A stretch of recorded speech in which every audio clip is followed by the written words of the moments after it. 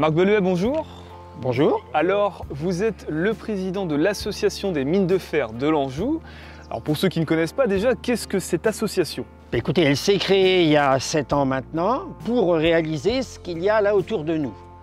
Parce que c'était une friche industrielle, une mine fermée depuis 1985. Tout y avait été vandalisé, forcément, je dirais, entre guillemets, puisque personne ne gérait les lieux, les portes étaient ouvertes. Donc, nous, on a décidé de sauvegarder et de mettre le site en valeur. C'est ça l'association des mines de fer de l'Anjou. Alors, que propose cette association-là pour le grand public, en fait? Ce qu'elle propose, c'est toute une série de panneaux d'information, ce qu'on appelle une exposition de plein air. C'est ce qu'on voulait faire au départ, c'est ce que l'on a fait.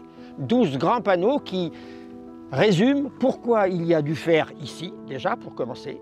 Ensuite, pourquoi on vient exploiter du fer ici alors que presque tout le fer était concentré et se concentrait toujours dans l'est de la France. Pourquoi on vient s'intéresser à l'ouest, Normandie et ici en particulier.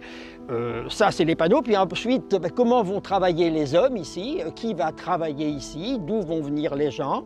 Des ouvriers agricoles et puis des immigrés polonais, italiens.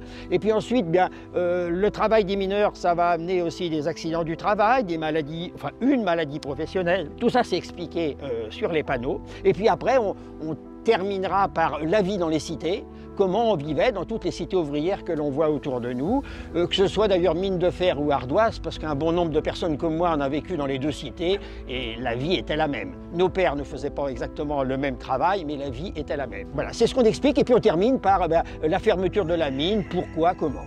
Donc vous parlez de la fermeture, vous parlez de la cité, de la vie des hommes et des femmes certainement qui ont pu passer ici. Justement, l'histoire de ce site, c'est quoi? Alors l'histoire, c'est en 1870, comme vous vous en rappelez, comme tous les gens qui nous écoutent, là, il y a une guerre et il se trouve qu'à l'issue de cette guerre, une partie de l'est de la France, Alsace, Moselle, Lorraine, devient allemande. Or, 95% du fer qui est exploité en France était dans l'est. La France se retrouve sans fer. Ouais. C'est pourquoi on vient s'intéresser au fer de la région. 14-18, ces régions-là redeviennent françaises, mais on avait commencé à exploiter ici, on continue. Et c'est là que jusqu'à 800 ouvriers, au plus fort de la mine, vont travailler. Et sur 800, on peut dire qu'il y en a 650-700 qui sont sous terre, 150 en surface.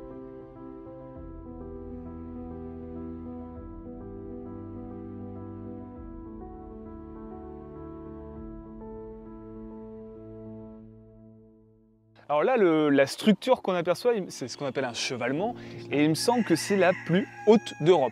C'est toujours ce qu'on nous a dit. Nous, on a fait du travail dans les archives, naturellement. On a même engagé à un moment un historien pour travailler sur nos panneaux, et on n'a pas effectivement l'équivalent en Europe. C'est le plus haut, et il fait donc 36 mètres de haut.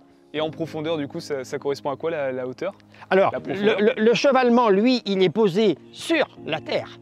Après, on descend sous terre pour aller exploiter. Alors ici, précisément, on était rendu à moins 400.